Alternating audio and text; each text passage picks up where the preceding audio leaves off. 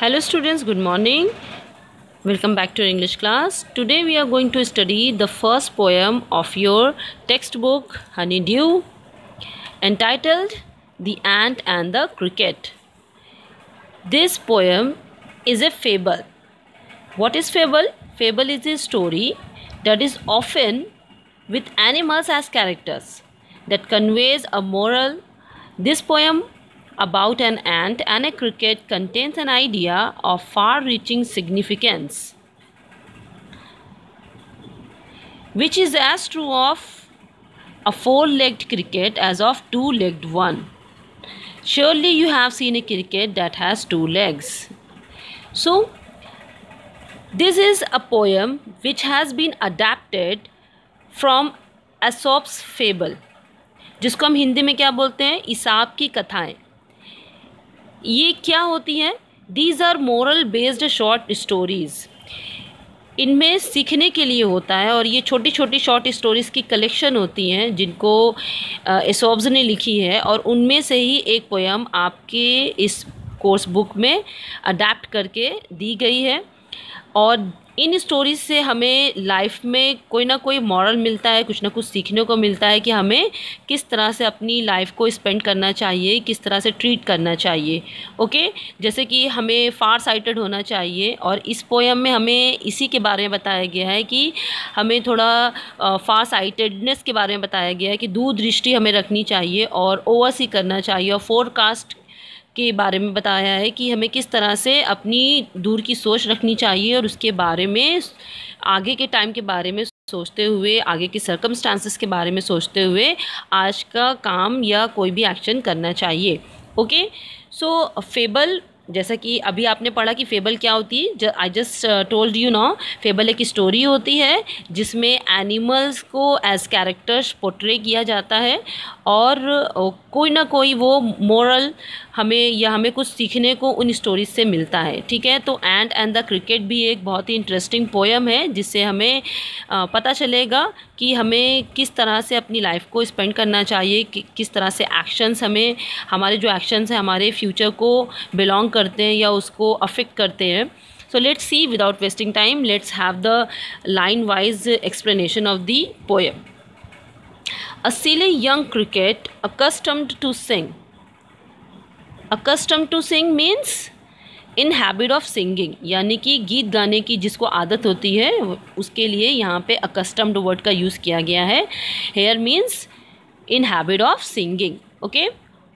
Now let's discuss first that what is cricket. यहाँ पे किस क्रिकेट की बात की जा रही है? Cricket and ant, these both are an insects. तो ये दोनों ही इंसेक्ट्स होते हैं. आपने बहुत बारी देखा होगा क्रिकेट को. Cricket in Hindi you call it झिंगुर. झिंगुर को आपने घरों में या जगह और किसी गार्डन एरिया में बहुत जगह देखा होगा. और cricket belongs to grasshopper family. ये ऐसे इंसेक्ट होते हैं जो ग्रासहॉपर फैमिली से बिलोंग करते हैं.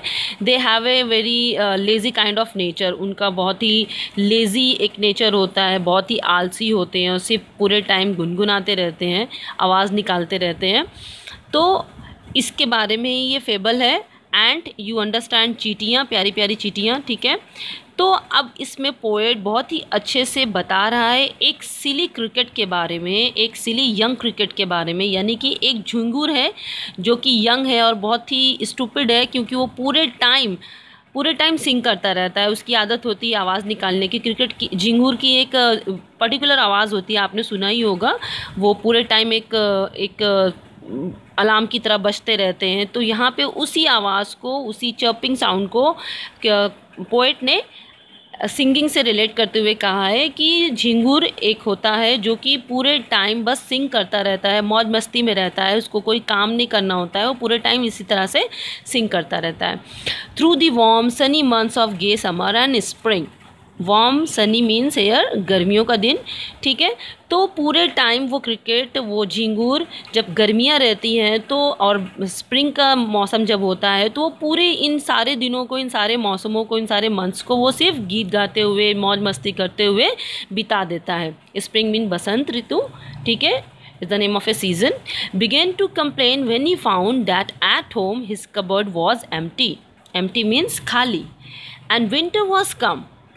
So ये जो झिंगुर होता है ये पूरे टाइम सारी गर्मियाँ बहुत ही मौज मस्ती में तो काट लेता है, गाते हुए बिता देता है सारी, लेकिन जैसे ही सर्दियाँ आने वाली होती हैं, जब वो अपने घर के कबर्ड को खोलता है, कबर्ड यू अंडरस्टैंड, द अलमीरा which is on the wall, तो जब वो अपने घर की कबर्ड को खोलता है तो वो खाली होती हैं और अब वहाँ पे विंटर आ चुका होता है, यानी कि गर्मियाँ, समर अब जा चुका होता है और विंटर सीज़न आ चुका होता है। विंटर सीज़न में क्या होता है, क्योंकि ये एक इंग्लिश फेबल है तो इट्स वेरी ऑब्वियस कि वहाँ के सीज़न से रिलेटेड इसको लिखा गया है। विंटर्स में क्या होता है कि सब तरफ बर्फ़ ही बर्फ़ होता है और आपको खाने के लिए जैसे कि इंसेक्ट्स को कुछ खाने के लिए नहीं दिखाई पड़ता है। तो इसी तरह से अब क्या हो गया, झिंगुर ने कोई काम नहीं किया, पूरी गर्मियों में वो सिर्फ गीत गाता रहा और सारा दिन मौज मस्ती में बिता दिया। अब चूँकि सर्दियाँ आ चुकी हैं और जब वो अपने घर के कबर्ड को खोलता है तो उसमें उसको कुछ नहीं मिलता है, not a crumb to be found. Crumb means a fragment, pieces of bread, यानी कि ब्रेड का टुकड़ा, रोटी का टुकड़ा भी उसको नहीं मिलता है अपने अलमीरा में, अपने कबर्ड में। On the snow covered ground not a flower could he see. Snow covered ground means हर तरफ सिर्फ बर्फ़ ही बर्फ़ हो जब ज़मीन पे, तो उसको स्नो कवर्ड ग्राउंड बोलते हैं। Not a leaf on a tree. Now the winter has come, क्योंकि अब सर्दियों का सीज़न आ चुका है। सर्दियों में क्या होता है, बहुत ज़्यादा बर्फ़बारी हो जाती है बाहरी देशों में, आपने देखा होगा फॉरेन कंट्रीज़ में। तो इस तरह से हर तरफ पूरे ग्राउंड पर सब जगह सिर्फ स्नो से वो ज़मीनें ढक जाती हैं, बर्फ़ जितनी होती हैं वो सब कुछ कवर कर लेते हैं। ज़मीन हो, चाहे वो पेड़ हो, चाहे पहाड़ हो, सब तरफ सिर्फ बर्फ़ ही बर्फ़ होती है और उसके पास खाने के लिए एक ब्रेड का टुकड़ा तक नहीं होता है और ना ही वो पहाड़ों पे पेड़ पे उसे कोई फ्लावर दिखाई देता और ना ही पत्तियाँ कोई नज़र आती हैं जिसको कि वो खा सके। Oh, what will become, says the cricket, of me? Now here the cricket is really now repenting at his condition. तो अब वो अपने आप से क्या कहता है, अरे बाप रे, अब क्या हो गया, ये क्या हो गया मेरे साथ, अब मैं क्या करूँगा आगे, क्योंकि उसके पास कुछ खाने के लिए होता ही नहीं है। तो अब अपनी कंडीशन पे वो पछताने लगता है कि ये क्या हो गया, मेरे पास तो कुछ भी नहीं है। At last by starvation and famine made bold. Starvation and famine, these words are which means deprive of not having any food to eat. अकाल पड़ना, famine means अकाल पड़ना, scarcity of food you can say, ठीक है। तो जब भोजन की कमी हो जाती है या खाने की कमी हो जाती है या अकाल वाली जब सिचुएशन आती है तो उसे हम famine बोलते हैं, ठीक है।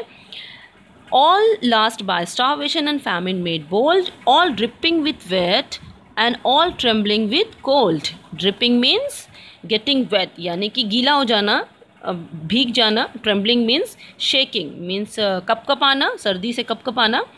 सो नाउ अब क्या है, क्रिकेट क्या कह रहा है कि अब तो मेरे पास कुछ खाने को नहीं है और सर्दियाँ आ चुकी हैं, विंटर आ चुका है, तो अब मैं क्या करूँगा, मैं तो बिना खाने के इस अकाल वाली सिचुएशन में इसी तरह से कपकपाते हुए रह जाऊंगा, मर जाऊंगा। और मुझे बहुत ही ज़्यादा इस चीज़ को लेके टेंशन में आ गया वो कि अब क्या हो गया, उसके पास खाने का नहीं है, क्योंकि हर तरफ सिर्फ स्नो ही स्नो है और वो इस ठिठुरती हुई सर्दी में बिल्कुल कांप रहा है।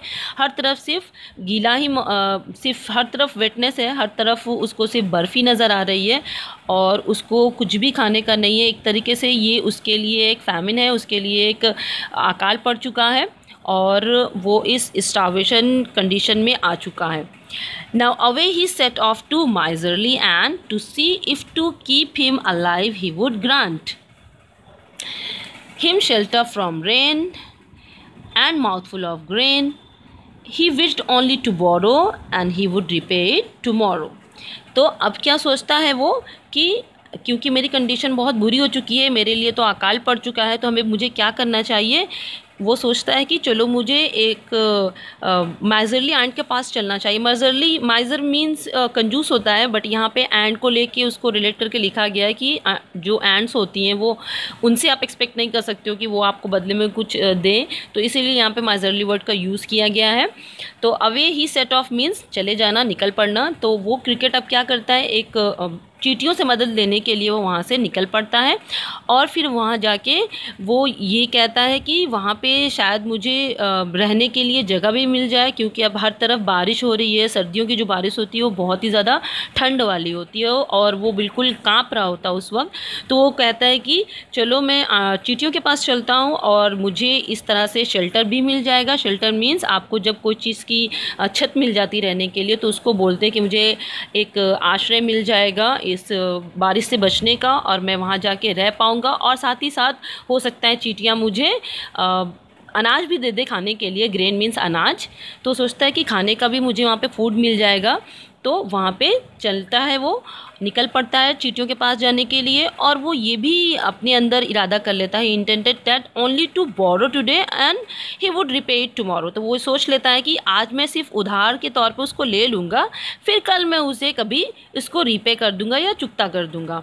If not he must die of starvation and sorrow. और अगर उसने ऐसा नहीं किया तो फिर वो भूखमरी के कारण और इस दुख भरी सिचुएशन के कारण, सॉरो मीन्स दुख, ओके, तो इसकी वजह से वो मर जाएगा। Okay, let's turn over the page now. Says the ant to cricket, I am your servant and friend, but we ants never borrow and we ants never lend. Underline this line is really important.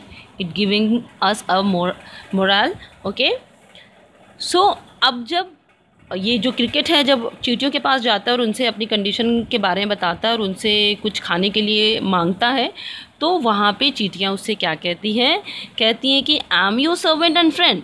वैसे तो मैं तुम्हारी दास हूँ, मैं तुम्हारी servant हूँ और तुम्हारी फ्रेंड भी हूँ, लेकिन हम चींटियों का एक उसूल है, एक कंडीशन है कि हम ना तो किसी से कुछ मांगते हैं और ना ही किसी को कुछ देते हैं। विच मीन्स कि ना ही हम किसी से उधार लेते हैं और ना ही हम किसी को उधार देते हैं। हम अपनी मेहनत के बल पे काम करते हैं और सब कुछ रखते हैं, ठीक है।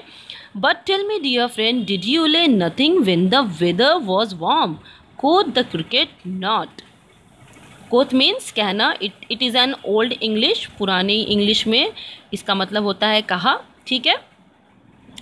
नाउ तो फिर जब ये चींटियाँ उनसे कहती हैं कि लेकिन एक बार बताओ दोस्त कि क्या जब गर्मियों के मौसम था, जब गर्मियों का सीज़न था, समर सीज़न था, तब क्या तुमने वाकई में बिल्कुल खाना इकट्ठा नहीं किया, कुछ भी बचा के नहीं रखा? क्या तुमने बस सारा दिन, सारी गर्मियाँ ऐसे ही बिता दी बिना कुछ किए? तो उसके बाद क्रिकेट ने कहा कि नहीं, मैंने तो कुछ भी नहीं किया। He quote that not, my heart was so light that I sang day and night, for all nature looked gay, gay means happy, खुश, you sang sir you say no.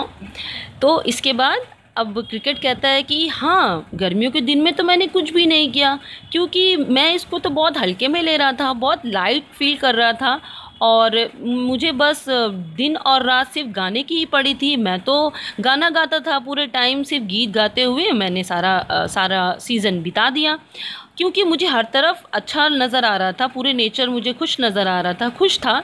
तो इसलिए मैंने खुशी खुशी सिर्फ लेटे लेटे सिर्फ गीत गाया और उन गर्मियों में कुछ भी नहीं किया। तो आंट उस पर कहती है, आंट उससे कहती है, you sang sir you say, go then says the ant and dance the winter away. यहाँ पे चींटियों ने बहुत अच्छे से उसको रिप्लाई करते हुए कहा, बहुत अच्छे से उसको जवाब दिया और कहा कि अच्छा, तो तुमने सारी गर्मियाँ सिर्फ गाना गाते हुए ही बिता दी, तो एक काम और करो कि ये जो विंटर आने वाला है, जो सर्दियों का सीज़न चल रहा है, इसको भी तुम डांस करते हुए और गीत गाते हुए बिता दो। यानी कि वो सिंपली बहुत ही अच्छे इनडायरेक्टली वे में उसको मना कर रही थी कि जो तुमने अब किया है उसका फल भुगतो और अब ये सर्दियाँ भी ऐसे ही बिता दो बिना कुछ किए। Thus ending, he hastily lifted the wicket. Hastily means hurriedly, means जल्दी से, the wicket, and out of the door turned the poor little cricket. Folks call this a fable. I'll warrant it true. Some crickets have 4 legs and some have 2. Now, at the end, in the last stanza, it is very striking that we should take a lesson from this.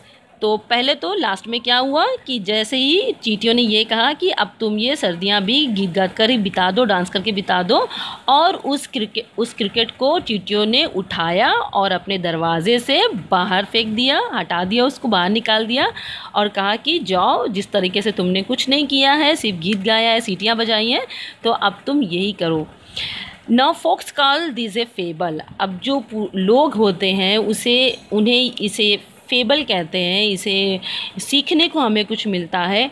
और जो poet है वो खुद कहता है कि I will warrant it true, और वो खुद इस चीज़ की गवाही दे रहा है, उसको विटनेस करता हुआ कहता है कि हाँ बिल्कुल सच बात है ये, क्योंकि उसने भी इस चीज़ को एक्सपीरियंस किया है लाइफ में, रियल लाइफ में, और उसने भी देखा है कि कुछ क्रिकेट्स के 4 पाँव होते हैं और कुछ के 2। Now can you tell me whose cricket has 2 legs? It is very deeply written, it is a sarcasm here. यहाँ पे पोइट ने बहुत ही सरकास्टिक वे में बहुत ही अच्छी बात बोली है कि यहाँ पे उसने 2 लेग्स वाले क्रिकेट को रिलेट किया है ह्यूमन बींग्स के साथ, हमारे साथ। यानी कि कुछ क्रिकेट्स ऐसे होते हैं, यानी कि इंसेक्ट्स जिनके 4 पाँव होते हैं, लेकिन कुछ ऐसे भी हैं जिनके सिर्फ 2 पाँव होते हैं। और वो यहाँ पे किसकी बात कर रहा है? इंसानों की बात कर रहा है कि इंसानों में भी ऐसे क्रिकेट्स होते हैं जिनका नेचर क्रिकेट की तरह होता है कि जो काम करना बिल्कुल पसंद नहीं करते, पूरे टाइम सिर्फ लेजीनेस में इन्वॉल्व होते हैं, खाना के बारे में कुछ नहीं सोचते, आगे आने वाले फ्यूचर के बारे में कुछ नहीं सोचते, और सिर्फ आज के दिन को जीते हैं मौज मस्ती में। वो सारी चीज़ें वैल्यू नहीं करते टाइम की वो, और इस तरीके से अपना सब कुछ गंवा देते हैं।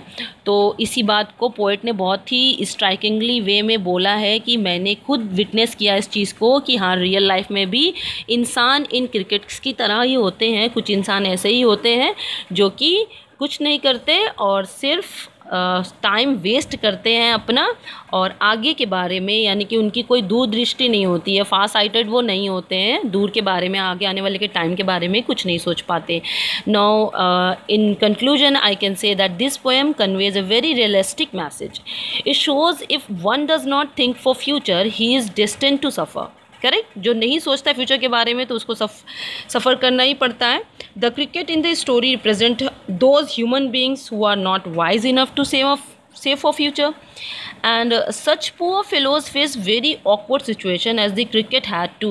Now you can see that, okay, and it is a humiliating situation. It makes them weak and morally down. But there are people like the ant who are bold, and their boldness is only due to their planned life. जो अपनी life को plan करते हैं, जो boldly life के बारे में सोचते हैं, वो एंट्स की तरह होते हैं और बहुत ही क्योंकि प्लानिंग के साथ लाइफ को चलाते हैं, तो इसलिए उनके साथ ऐसी सिचुएशन नहीं होती है, वो ऐसी कॉन्सिक्वेंसेस को फेस नहीं करते। They live happily forever and it is our real life. We should be like the ant and not like the cricket. It makes our life comfortable. Correct, तो हमें भी इन चींटियों की तरह होना चाहिए। चींटियों को आपने देखा हो कितनी हार्ड वर्किंग होती हैं, बहुत ही परिश्रमी होती हैं, पूरे टाइम खाने को इकट्ठा करती रहती हैं।